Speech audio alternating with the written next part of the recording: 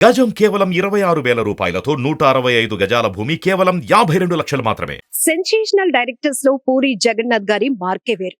ఒక హీరోకి ఒక క్యారెక్టర్ కి ఎలివేషన్ రావాలంటే ఖచ్చితంగా ఆయన డైరెక్షన్ వర్కౌట్ అవుతది అని ఎవరైనా ఒప్పుకొని తీరాల్సిందే. బద్రితో మొదలైన ఆయన డైరెక్షన్ ప్రస్థానం అటు అమ్మా నాన్న తమిళమై, ఈడియట్, పోకిరి, బిజినెస్ మ్యాన్, ఇక టాప్ హీరోస్ కి సూపర్ హిట్స్ అందించిన సినిమాలు చాలానే ఉన్నాయి. సో మనం టెంపర్ చూసుకోవచ్చు, లేకపోతే ఇస్మార్ట్ శంకర్, ఇలా ఎన్నో సినిమాలతో తన ప్రత్యేకమైన మార్క్ డైరెక్షన్ చూపించినటువంటి పూరి జగన్నాథ్ గారి ప్రస్థానం ఏంటో తెలుసా? అసలు ఆయన సొంత ఊరు ఎక్కడ, ఆయన ఎక్కడ చదువుకున్నారు, ఇప్పుడు వాళ్ళ సొంత ఊరు ఎలా ఉంది, ఎంతో ఇష్టంగా తన సొంత ఊర్లో కట్టుకున్న ఇల్లునైతే మీకు చూపిస్తాను. సో అందుకోసం మనం నర్సీపట్నంలో ఉన్నటువంటి బాపిరాజు కొత్తపల్లి విలేజ్ కి వచ్చేసాం. ఇదిగో కనిపిస్తోంది కదా, ఎంతో విశాలంగా, చుట్టూ ఆహ్లాదకరమైన వాతావరణం, వెనకాతల పంట పొలాలు, విలేజ్ అట్మాస్ఫియర్ అదిరిపోయింది నిజంగా.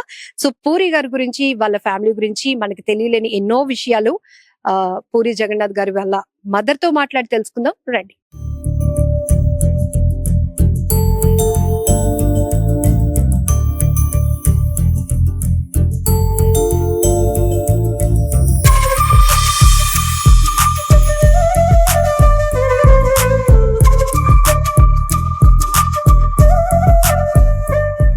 పూరి జగన్నాథ్ గారి అమ్మగారు, అమ్మాజీ గారు మనతో పాటు ఉన్నారు. అలాగే కజిన్ సిస్టర్.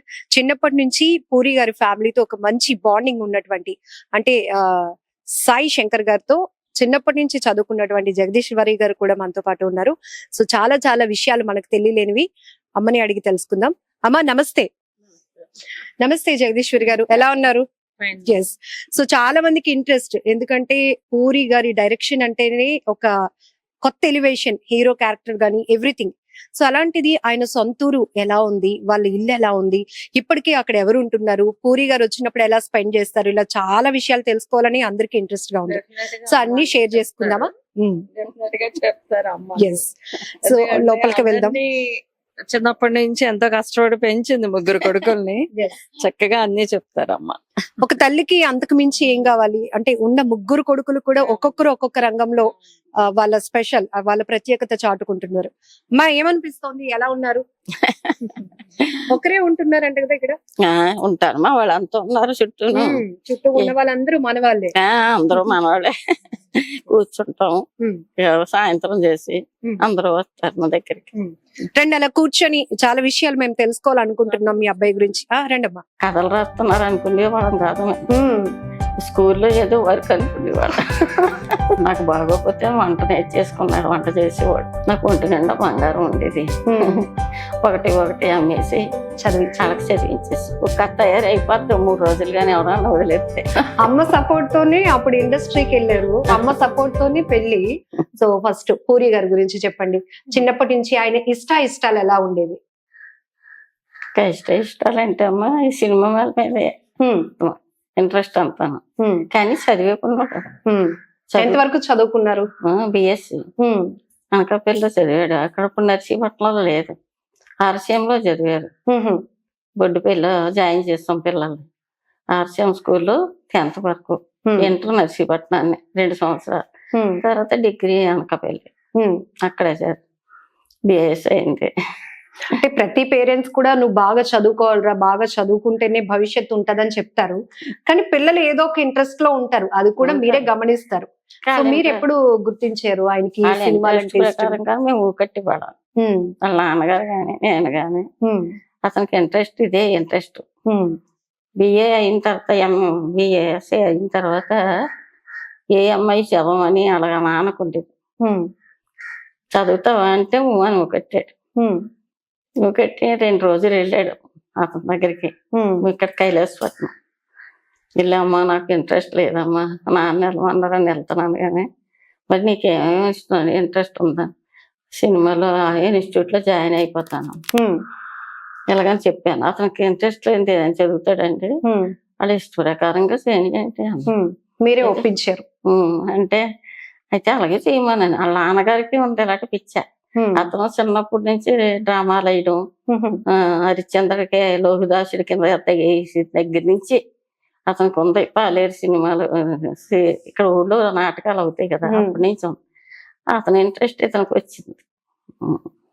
అప్పుడు అక్కడ జాయిన్ చేసాం హైదరాబాద్లో ఇన్స్టిట్యూట్లో. అంటే ఎలాగా అంటే మీసాల సుబ్బన్న గారి తమ్ముడు అని ఉన్నాడు. అతను అక్కడక్కడ అప్పుడప్పుడు వెళ్ళి అందులో నాటికలు అయ్యి వేసేవాడు. అతను పట్టుకొని ఇన్స్టిట్యూట్లో జాయిన్ అయ్యాడు. ఇన్స్టిట్యూట్లో జాయిన్ అయిన 6 నెలలు లేదు, అవకాశాలు వచ్చేసి బయటకు వచ్చేసాడు. ఏంటో ప్రూవ్ చేసేసుకున్నాడు, ఫీల్డ్లోకి వచ్చేసారు. ఫస్ట్ ఆ ఇన్స్టిట్యూట్ దగ్గరికి వెళ్ళి అందరినీ పిలుస్తారట, ఎవరు తెలివైన వాళ్ళు ఎవరు హుషారుగా ఉన్నారో ఏటని. వాణిశ్రీ అందరూ వెళ్ళారంట. వాణిశ్రీకి బాగా నచ్చేసాడంట. అంతే తీసుకొచ్చేసింది ఆవిడ. ఏవో ఇచ్చారు అప్పుడు. అప్పటి నుంచి బయటే ఉన్నాడు. కానీ చిన్నప్పటి నుంచి కథలు రాయడమే. 7వ క్లాస్ నుంచి కథలు. 7వ క్లాస్ నుంచి 7th క్లాస్ లో ఉన్నప్పుడు ఎవరికి వినిపించేవారు ఫస్ట్? అప్పుడు అంటే చదువుకున్నప్పుడు కథలు రాయడం అంటే చాలా గొప్ప విషయం. అప్పటికే ఆయనకు అంత నాలెడ్జ్ ఉన్నప్పుడు, అమ్మా నేను ఈ కథ రాశానని ముందు మీకు చెప్పేవారా వాళ్ళ నాన్నగారికి చెప్పేవాళ్ళ? కథలు రాస్తున్నారు అనుకునేవాళ్ళం కాదు. స్కూల్లో ఏదో వర్క్ అనుకునేవాళ్ళం. హోంవర్క్ చేసేస్తున్నారు అని అనుకునేవాళ్ళు. మా పక్కనే ఒక మనసు గారు ఉండేవారు. అతను మా ఆయన మనసుగా, అతను లక్ష్మీపురం మనసు గారు. అతను అస్తమానం వచ్చేవాడు కాదు, ఇల్లు అంటే ఉంది కానీ రూమ్ తాళం నాకు ఇవ్వండి కానీ ఇద్దరు అనుకుని పుచ్చుకున్నారు. ఆ రూమ్ లో పోయి రాసుకునేవాడు. ఏంటంటే వర్క్ అనేవాడు.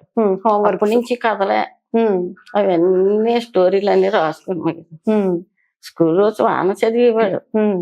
ఆర్సీఎంలో చదివేటప్పుడు 9th క్లాస్ చదివేటప్పుడు కథ రాసి ఫాదర్ గారు చూపెట్టారు.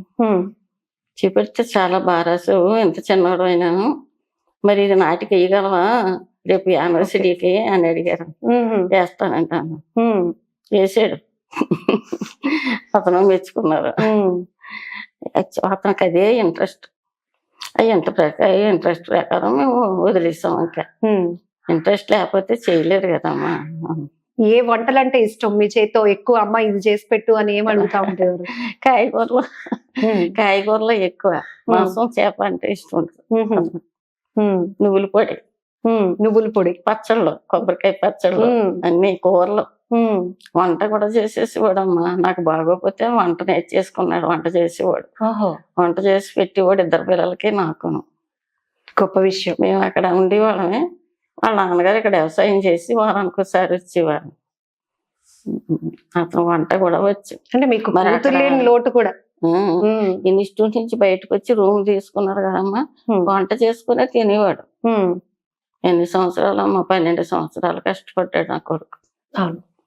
అందరూ చుట్టాలు అందరూ ఎందుకు అక్కడ ఏం చేస్తున్నాడు, ఎందుకు అక్కడ పెట్టారు, ఇక్కడ వ్యవసాయం ఉంది చేయించుకోక అని నా బుర్ర తినేసేవారు.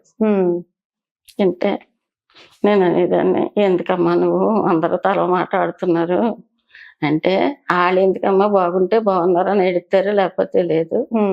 వాళ్ళతో మనకు పని ఏమంటే నువ్వు బాధపడకు, నేను ఎప్పటికన్నా నెరవేర్చుకుంటాను నేను అనేవారు. ఇంకా అలాంటి మాట చెప్పినప్పుడు ఒక ధైర్యం ఇచ్చి, నేను మిమ్మల్ని విడిచిపెట్టి వెళ్తున్నాను అని పక్క వాళ్ళు ఎవరెవరో చుట్టాలు బంధువులు అన్నప్పుడు కూడా నేనేంటో నిరూపించుకొని వస్తానమ్మా అని చెప్పినప్పుడు మీకు ఏమనిపించేదమ్మా? ఏంటి నా కొడుకులో ఇంత నమ్మకం అనిపించేదా? ఉంది, పట్టుదల ఉంది, చేస్తాడని నాకు ఉంది. కానీ ఈ మాటలు భరించలేకపోయేదాన్ని. అంత పెద్ద మాట్లాడేవారా?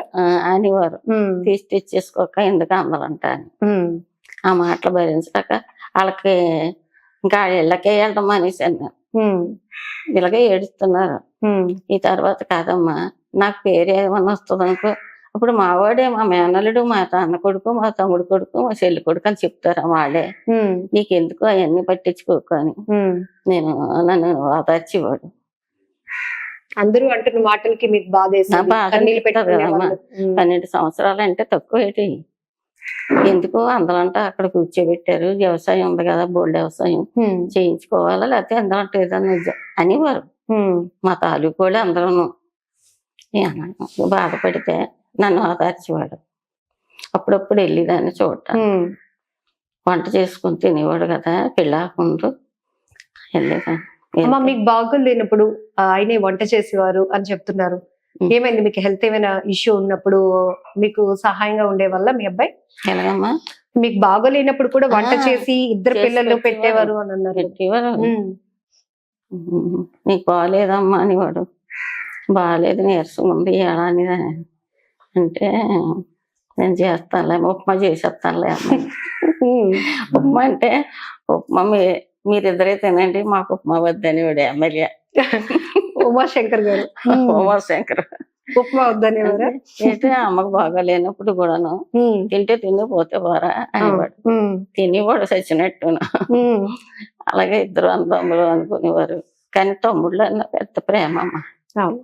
ముగ్గురు ఇంకా త్రిమూర్తులాగా ఈ వేళ కాళ్ళకి ఏరుసలు కడుపుల్లో లేవు. ఉమ్, అందరూ అదే ఆశ్చర్యపోతారు. వచ్చిన కోడళ్ళు కూడా మంచోడే, ఉమ్, ఎవరైనా ఇడిపోదాం అంటారు. ఇటు ఇంకా అమ్మ ఇక్కడ ఏం చేస్తుందో ఎవరికి తెలియదు. ఉమ్, ఇప్పుడు మా భూమి ఎంత ఉందో వాళ్ళకి ఎక్కడ ఉందో తెలియదు. ఉమ్, వాళ్ళ నాన్నగారు నేను చూసేవాడు. ఇంకా వాళ్ళ నాన్నగారు వెళ్ళిపోయిన తర్వాత నేను ఉమ్, ఈవేళ ఎమ్మెల్యే కూడా ఇక్కడ ఏముందో తెలియదు. ఉమ్. ఇంకా ఈ ఆస్తులు వీటి పైన ఏమీ వాళ్ళకి ఒక ఆలోచన కూడా లేదు. లేదు ఉమ్, లేదు.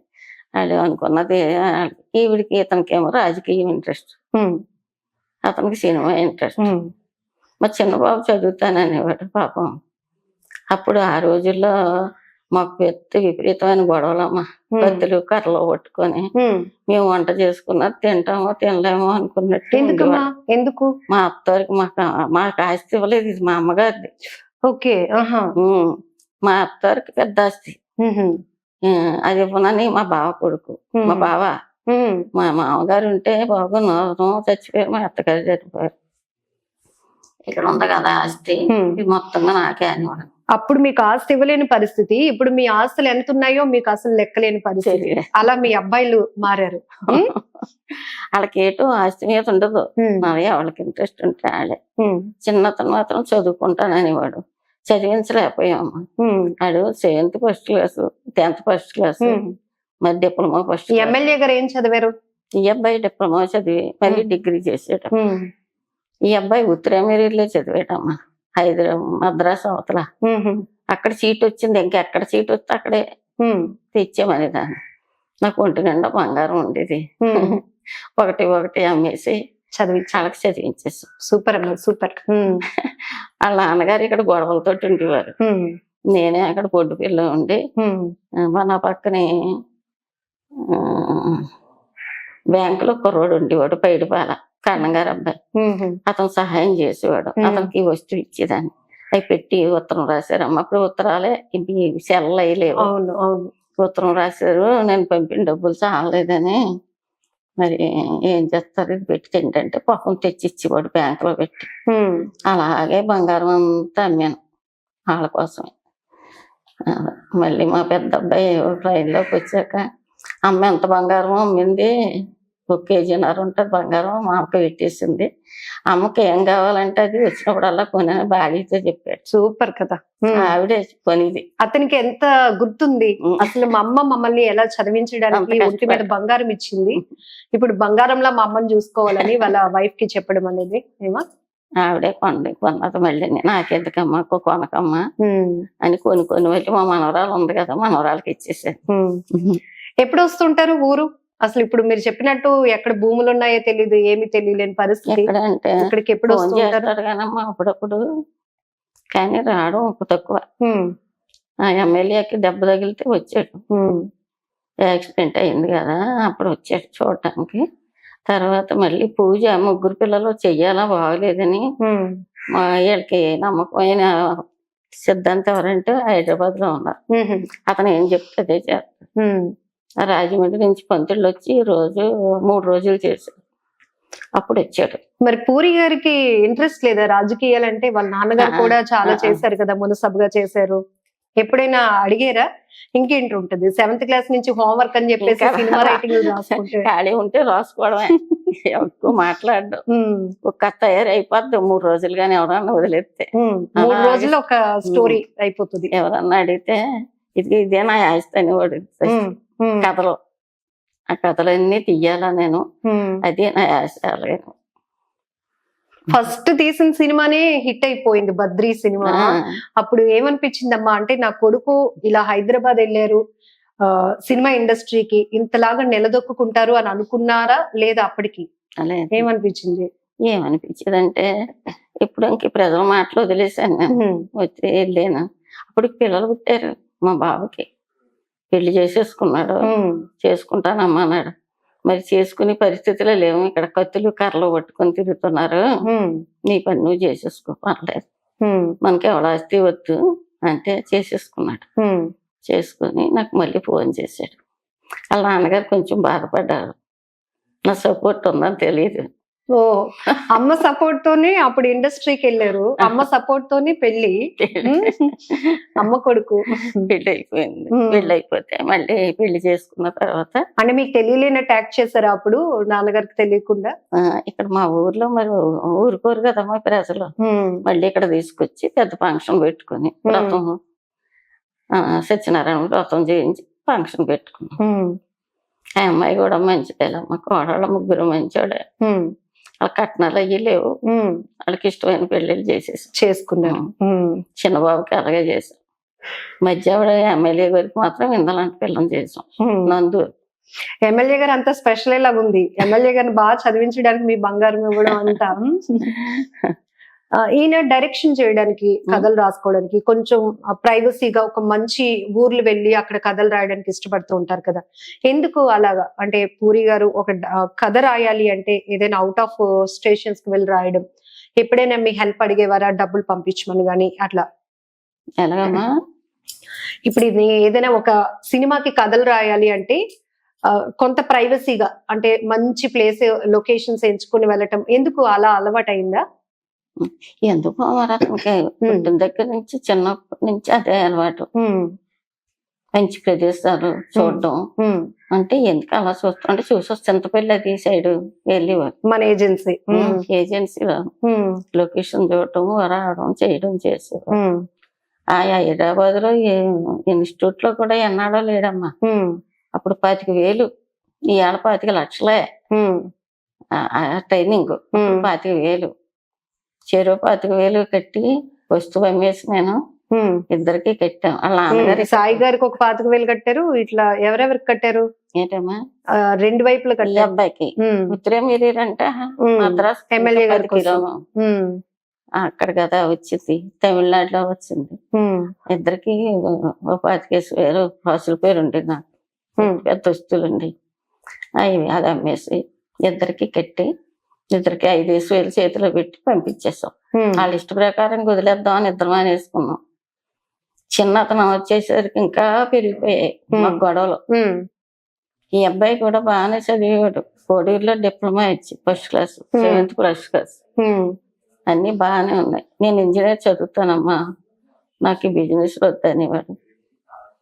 అంటే చదివించదాం, ఏదో భూమి ఉంది కదా, నా భూమి ఉంది అమ్మేద్దాం, మరి మా ఆయనకు వాటా పెట్టనని మా బావ గొడవలు కదమ్మా, పోలీసు గొడవలు అయ్యి ఇవి ఉండే, అప్పుడు చేయలేకపోయాం. కానీ అప్పుడు ఈ గొడవలు అన్నిటికీ వీళ్ళు దూరంగా ఉన్నారు. పిల్లలు మాత్రం చదువుతానంటున్నాడని పెద్ద బాబుకి ఫోన్ చేస్తే వచ్చి నేను కొనుక్కుంటానులే మీరు బాధపడొద్దు అని తీసుకెళ్ళి మరి నాన్న పరిస్థితి అలాగుంది, నా పరిస్థితి ఎలాగుంది, మరి ఏం చేస్తారా నువ్వు ఆలోచించి ఇందులో ఉండిపోతావా, ఉండిపో, లేకపోతే ఉద్యోగం పగలు చెయ్యి, రాత్రులు నైట్ స్కూల్ చదివేట్టుకుని అని అన్నారు. ఇది ఆలోచించుకొని చెప్పంటే ఇంక అందులోకి వెళ్ళిపోయాడు కానీ మనస్ఫూర్తిగా లేడు. కానీ సినిమాలన్నీ కొన్నిట్టే. మీకు ఇష్టమైన సినిమా ఏంటమ్మా? అన్ని బాగుంటాయి. బంపరాపరా. ఎందుకు ఆ సినిమా ఇష్టం? ఇంకోటి ఉంది, అది మంచి బాగా ఇట్టయిందమ్మా. ఆ సినిమా పేరు నేను సినిమాలు చూడను, వీళ్ళు చూసిన సినిమాలే చూస్తాను, లేకపోతే సినిమా అన్నమాట ఉండదు. చేత యాక్టర్లు ఇప్పుడు వచ్చిన యాక్టర్లు ఎవరో తెలియదు నాకు, పుస్తకాల్లో చూడటమే. అవును. సో అలా మీ అబ్బాయి తీసిన సినిమాలు బంపర్ ఆఫర్ సినిమా బాగా ఇష్టం. ఇంకోటి ఉందమ్మా, ఏవో సినిమాల పేరు నేను చూడను కాబట్టి నాకు అర్థం మర్చిపోతాను. అవును. మరి ఎప్పుడైనా వెళ్ళారా అక్కడ సినిమా ఫంక్షన్స్ కి వెళ్ళినప్పుడు గానీ? అసలు ఎప్పుడైనా వెళ్ళారా హైదరాబాద్ మీరు? వెళ్ళేదాన్ని. వెళ్తే ఒక 10 రోజులు 15 రోజులు ఉండేది. మా కోడలు అన్ని తిప్పేది.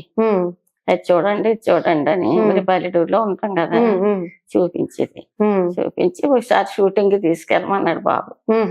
అమ్మని షూటింగ్ పలానా దగ్గర అవుతుంది తీసుకెళ్ళి.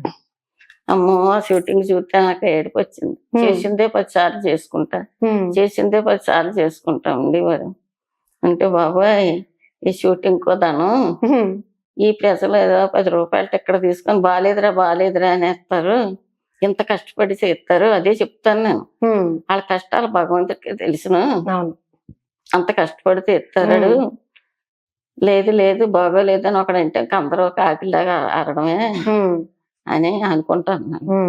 నేను షూటింగ్ చూడలేను బాబు, నేను షూటింగ్ నన్ను తీసుకెళ్ళొద్దా. షూటింగ్ చేసినప్పుడు ఒక షాట్ ఓకే అయ్యేదాకా 10 సార్లు చేస్తూనే 10 సార్లు అమ్మా బాబోయ్ చాలా కష్టం. సో ఎవరైనా వచ్చారమ్మా ఇక్కడికి ఈ ఊరు సినిమా యాక్టర్స్ ఎవరైనా రావడం? రవితేజ వచ్చాడు, రవితేజ 2 సార్లు వచ్చాడు. తర్వాత ఇంకొక అతను వచ్చాడమ్మా, అతని పేరు మర్చిపోయాను, ముసలైన. ఎందుకంటే బాబుకి రవితేజ సినిమాలు హిట్ అయ్యే వరుసని 4. అప్పుడు ఇక్కడ నర్సీపట్నంలో స్టేడియంలో సన్మానం చేస్తానన్నారమ్మా. రమ్మంటే వాళ్ళకి వాళ్ళ నాన్నకి ఇంట్రెస్ట్ కదా. నాన్న నాకు సన్మానాలు ఏయో మీటింగ్లో ఉండడం నాకు ఇష్టం ఉండదా. అయ్యి బాబు నేను ఊకట్టేశాను, వచ్చి అక్కడ మన ఏరియా కదా అందరూ వింటారు రా అంటే వచ్చారు. అప్పుడు రవితేజ 3 రోజులు ఉన్నాడు. ఈ సీన్స్ అది చాలా బాగుంది, జగన్ చాలా బాగుంది అనేవారు. ఒక ఫ్లాట్ లోనే ఉండేవారు. ఈడేమో మా బాబు 2 ఫ్లాట్లు కొన్నాడు. కొంటే ఓ ఫ్లాట్ నాకు ఇవ్వాలా, నేను ఇల్లు కట్టుకునే వరకు నా పాత ఇల్లు అయిపోయింది, దాన్ని పొమ్మనకూడదు జగన్ అన్నారు మన పెద్ద ఇంట్లోకి వచ్చి. అంటే నవ్వి అయితే కింద మీరు పాలు పొంగించండి మీద మేము పొంగించడం అన్నారు. ఇద్దరు ఒకసారి పొంగించాం, నేను వెళ్ళాను. తర్వాత పైన జయసుధ గారు కొత్తగా వచ్చారు, మద్రాసులో ఉండి వచ్చారనమాట. ఆవిడ పైన ఉండి పాటలు పాడి చక్రి పక్కన ఉండేవారు. వీళ్ళంతా ఒక దగ్గర ఉండేవాళ్ళు. వస్తే మన రూమ్ లోకి వచ్చి మాట్లాడి వెళ్ళేవారు అందరం. మీ వంటలు బాగా ఇష్టం అంట కదా కొంతమందికి, మీరు చేసే వంటలు కూడా ఇష్టం అంట కదా, ఎవరికి ఇష్టం బాగా? పసుపు పులుసు, పసుపు తెలియదు కదా మనకి, పసుపు అస్సలు పసుపులాగే ఉండదు హైదరాబాద్ లో. అది ఆ టేస్ట్ చూపించారా? ఇక్కడ నుంచి పసుపు పట్టుకెళ్ళి పచ్చి పసుపు పట్టుకెళ్ళి అది పులిసి చేయమనేవాడు. మా అబ్బాయికి ఇష్టం, ఇక్కడ తినేవారు కదా. ఏంటి అందరూ వచ్చారు, అదేంటండి అని అడిగారు. ఎవరు అడిగేవారు? మా చక్రిని ఇతను. అంటే కూర్చోండి తింటే తెలుస్తుంది మీకు, కూర్చోండి మా అమ్మ తెచ్చిందని. అప్పుడు ఇంత నెయ్యితో నెయ్యి ఎట్టి పులుసు ఎత్తే వేసుకుని తిని చాలా బాగుందండి ఇది ఏంటి. కొన్ని సినిమాలు, కొన్ని కాదు చాలా వరకు హిట్ సినిమాలే, చాలా వరకు హిట్ సినిమాలే, హిట్ అయిన సినిమాలే తీసినవన్నీ. కొన్ని ఎప్పుడైనా అంటే ఊహించినంత రిజల్ట్ రాకపోవడం. ఇప్పుడు మీరు చెప్పారు ఒక రోజు షూటింగ్ వెళ్ళి అక్కడ వాళ్ళు చేసిందే చేస్తూ ఉంటే చూసి నాకు చిరాకు వచ్చింది, విసుగెత్తిపోయాను అని. కానీ సినిమా వాళ్ళు అనుకునే ఒక ఆలోచనతో తీస్తారు ఖచ్చితంగా ప్రతి సినిమా బాగా జనాల్లోనికి వెళ్ళాలని. ఎక్కడో కొన్ని ఫెయిల్ అవుతూ ఉంటాయి. అలాంటప్పుడు మీకు ఏమనిపిస్తుంది? ఈ సినిమాకి పెద్ద టాక్ రాలేదు, పూరి జగన్నాథ్ కి ఈ సినిమా చేయలేకపోయారు, డైరెక్ట్ చేయలేకపోయారు, ఇట్లా కొన్ని విమర్శలు వస్తాయి కదా మీరు అన్నట్టు. అంటారు కానీ లెక్క చెయ్యం, దేవుడి కుమారులు మానవులు ఏం బాగుంటది అంటారు, బాగలేదు అంటారు. అందరికీ నచ్చినట్టు మనం ఉండలేం కదా. అవును, ఇంకా మనం ఈ లెక్కల్లో తీసుకోము. ఇల్లు చాలా ఇష్టంగా కట్టారంట కదా, ఇంతకు ముందు నుంచి ఈ ఇంట్లోనే ఉంటున్నారా? ముందు డాబా ఇల్లే ఉండేదా? అక్కడ పెంకిటిల్లు ఉండేదమ్మా ఆ స్థలంలోను. ఇది ఈ స్థలం ఖాళీ స్థలం. మా నాన్నగారు గేదెల్లి ఆవుల్లి ఇలాంటి అట్లు కట్టేవారు, వాళ్ళకి పాలి పశువులు అన్ని ఇంటి దగ్గర ఉండి. కానీ ఈ అబ్బాయి డైరెక్టర్ అయిన తర్వాత నాన్న ఇక్కడ ముందు స్థలం లేదు, వెనకతల స్థలం ఉంది, మనకి కొంచెం బాగోలేదు అన్నారు సిద్ధాంత్ గారు. వెనక కట్టేసుకుందాము, ముందు తీసేద్దాం అన్నారు. తీసేసి అతనే కట్టించాడు. మేడ మీద ఉన్నాయి 2 గదులు. ఎంత ఇల్లు ఎందుకమ్మా అని, మీరు ఎక్కడెక్కడో ఉంటారు, చిన్న ఇల్లు, ఇల్లు సరిపోద్ది మాకు, మా నాన్నకి నాకును, మీరు ఎక్కడో టౌన్లో కట్టుకుంటే రెంట్లు అన్నా వస్తాయి కదా అంటే, రెంట్లు కదమ్మా పూరి జగన్నాథ్ గారు ఇల్లు అనుకోవాలి కదా. అది సొంత ఊర్లో సొంత ఇంతకు ఊళ్ళో ముందు ఉండాలి. అన్న వాళ్ళు ఎవరైతే ఉన్నారో వాళ్ళు ఇది పూరి జగన్నాథ్ వాళ్ళ ఇల్లు అని చెప్పుకోవాలి.